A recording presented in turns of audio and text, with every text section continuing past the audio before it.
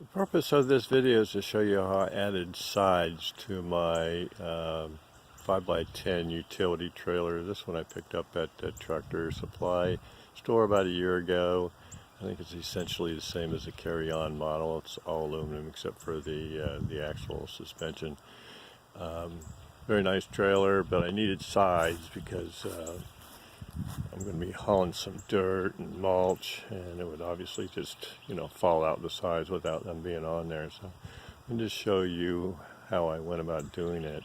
As you'll see on each side, there are two brackets to hold upright 2x4s.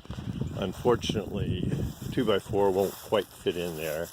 You have to rip off about 1/4 inch and make your exact measurement, and then radius the edges of your board so that it'll go through the brackets. You see that those brackets are not 90-degree corners. They have a radius to them. So you just take your block plane and put a little radius on those corners and make it nice and tight. I just tapped it up with a rubber mallet. You can't do it from the top because obviously there's a rail, and that's one of the things that keeps these boards nice and sturdy. So I used the 1x4-inch boards because if I had decided to go with the 2-inch boards, you'll see this little bracket would interfere or come really close to interfering with these sidewalls, and I didn't want to have to deal with that because this gate will drop all the way down inside the trailer if you want to haul something longer than 10 feet, which has occurred a number of times for me. So it's a nice feature.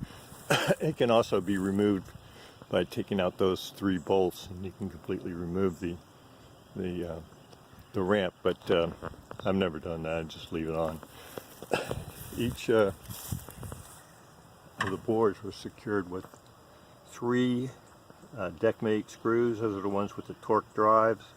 Torx, I think it's a T25. I like those because they never strip on you. They're really nice. I put little angle brackets, 1 per board. I just had some laying around. Painted them with some flat black paint and used some stainless steel screws. Trying to help from keeping them rusting up. One of the things I messed up with is the sideboards should have been longer. When I was measuring, I thought I was going to put them on the inside, but then I decided to set them up just off that rail.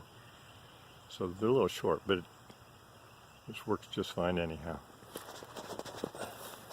So the front, I had run out of 2x4s, so I just used one of my extra 1x4 for the front supports, and I used these other kind of clips and put these little carabiners on here to make it easier to deal with threading rope. I hate to hand over hand a rope through a ring. And I added regular rope hooks for the sides. So there's 3 on each side, 2 in the front. Plenty good enough to tarp my chips, keep them from flying out on the freeway. So I think the total cost was about $65, and I think the job turned out well. I'm going to go through how I cut and screwed boards together because I figure you all know how to do that. Good luck with yours.